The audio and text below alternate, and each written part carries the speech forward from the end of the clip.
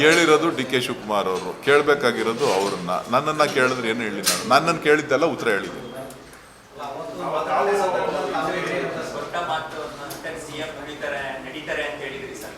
ಇವತ್ತು ನನಗೆ ಭರವಸೆ ಇದೆ, ನಿಧಾನ ಆದರೂ ಕೂಡ ಕೊಟ್ಟ ಮಾತನ್ನು ಉಳಿಸ್ಕೊಳ್ತಾರೆ ಅಂತಕ್ಕಂಥ ಭರವಸೆ ನನಗಿದೆ.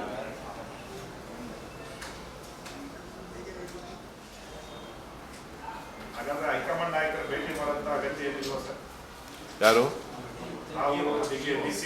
ನೋಡ್ರಿ, ನಾವು ಯಾವತ್ತೂ ಕೂಡ ನಮ್ಮ ಪಕ್ಷ ಡೆಲ್ಲಿಗೆ ಹೋದರೆ ನಮ್ಮ ಹೈಕಮಾಂಡ್ ನಮ್ಮ ಅವಕಾಶ ಸಿಕ್ಕಿದಾಗೆಲ್ಲ ಭೇಟಿ ಮಾಡ್ತಾನೆ ಇರ್ತೀವಿ. ಕೆಲವು ವಿಚಾರಗಳನ್ನು ಚರ್ಚೆ ಮಾಡ್ತಾನೆ. ಅದು ಒಂದು ಸಂಬಂಧ ಬಾಂಧವ್ಯಕ್ಕೋಸ್ಕರ ನಾವು ಪ್ರತಿ ಸಂದರ್ಭದಲ್ಲೂ ಭೇಟಿ ಮಾಡುವಂಥದ್ದು. ಪಕ್ಷದ ವಿಚಾರ ಇರ್ತದೆ, ಕ್ಷೇತ್ರದ ವಿಚಾರ ಇರ್ತದೆ, ಬೇರೆ ಬೇರೆ ವಿಚಾರಗಳಿರ್ತದೆ. ಹಾಗಾಗಿ ಅದಕ್ಕೆ ಅರ್ಥ ಇಲ್ಲ. ಕೆಲವರು ಬೇರೆ ಟೈಮ್ ಕೆಲಸಕ್ಕೋಸ್ಕರ ಮಾತ್ರ ಹೋಗ್ತಾರೆ, ಪರ್ಟಿಕ್ಯುಲರಾಗಿ ಇಂಥದ್ದೇ ಗುರಿ ಉದ್ದೇಶಗಳನ್ನು ಇಟ್ಕೊಂಡು ಹೋಗ್ತಾರೆ. ಶಿವಕುಮಾರ್ ಅವರು ಆ ಕ್ಯಾರೆಕ್ಟರಲ್ಲಿಲ್ಲ.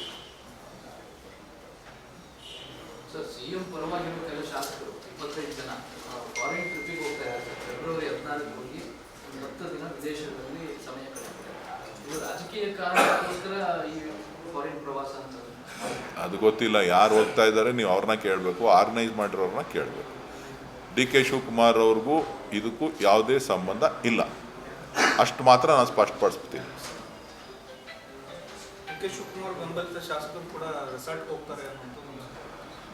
ನೀವೆಲ್ಲ ಕರ್ಕೊಂಡೋಗಿ ಅಂದರೆ ಹೋಯ್ತಾರೆ,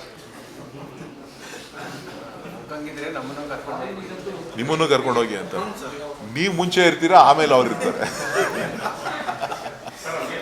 ಶಿವಮೊಗ್ಗದಲ್ಲಿ ಬಿಜೆಪಿ ಮುಖಂಡರಿಗೆ ನಿಗಮ ಮಂಡಳಿ ಅಧ್ಯಕ್ಷ ಅವರಿಗೆ ಕ್ಯಾಬಿನೆಟ್ ದರ್ಜೆ ಸಚಿವ ಸ್ಥಾನಮಾನ ಕೊಟ್ಟಿದ್ದಾರೆ. ಯಾರಿಗೆ?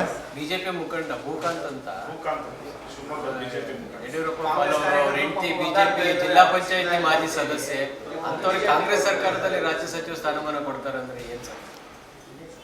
ಕಾಂಗ್ರೆಸ್ಸು ಎಲ್ಲರನ್ನೂ ಗೌರವಿಸ್ತದೆ ಅಂತ ಮುಖ್ಯಮಂತ್ರಿಗಳು ಎಲ್ಲರನ್ನೂ ಕೂಡ ಒಟ್ಟಾಗಿ ತೆಗೆದುಕೊಂಡು ಹೋಗಬೇಕು ಅನ್ನೋ ಭಾವನೆ ಇರೋದ್ರಿಂದ ಮಾಡಿರ್ಬೋದು, ತಪ್ಪೇನಿಲ್ಲ.